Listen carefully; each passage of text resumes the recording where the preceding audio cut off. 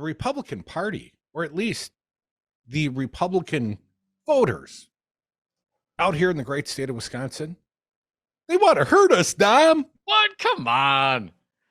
They literally want to commit political violence as a means to an end. If necessary, Dom, somebody's going to have to get hurt. Again? You're like, didn't we just see that? Is this really a surprise? I mean, we did literally, we're on air on January 6th. We watched it happen. We talked about it as it happened. So yeah, I'll take that action. I'm not talking broadly as a party. I'm not talking some fringer, MAGA, Trump-loving people that showed up on January 6th. And I include you in that number, Derek Van Orden. But I'm talking about the broader Wisconsin electorate. There is a new survey out. Paul Fanlin over at the Cap Times. Let's start here. Let me just read. I'll let Paul set the scene. It was December 2010, and Republican Scott Walker had just been elected governor when I first wrote about resentment in Wisconsin politics. Kathy Kramer, a decorated political science professor at the University of Wisconsin-Madison, had cataloged her conversations at gas stations, coffee shops, cafes, and churches across small-town Wisconsin. There she found widespread resentment of Madison and Milwaukee. The big cities were seen as consuming too many resources, and its residents as not caring about less urban areas. That's not true. I care. I care about you.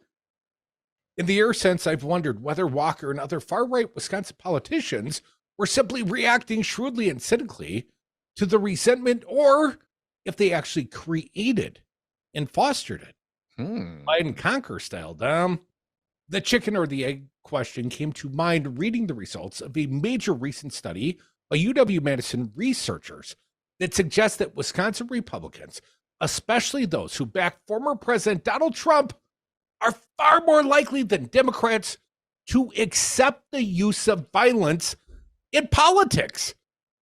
The survey found that 43%, that's nearly half of Wisconsin Republicans who responded, agreed or strongly agreed the traditional American way of life is disappearing so fast that we may have to use force to save it, compared to like 15% of Democrats, which even feels like a big number to me still. Well, and if I just may interject, and perhaps we'll get to this question later, but the question of the traditional American way of life. I mean, talk about a loaded question.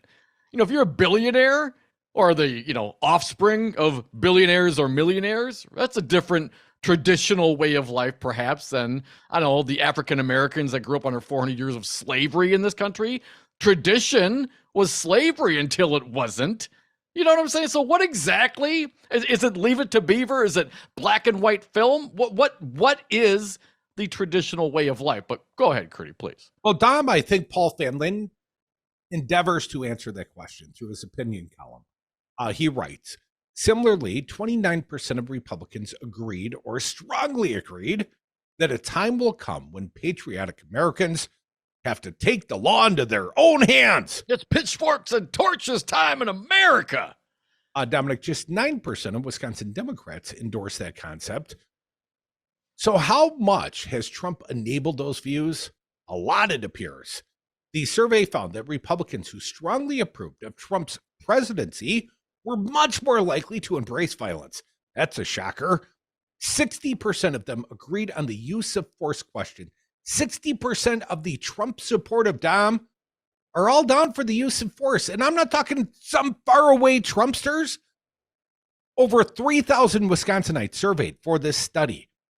60% of Republicans in Wisconsin agreed on the use of force question and 46% on taking the law into their own hands. Well, those were who strongly approved of Donald Trump. They're very strong approvals. And if you're very strongly approving of Donald Trump, then apparently you're 60% likely to agree that force is a means to an end.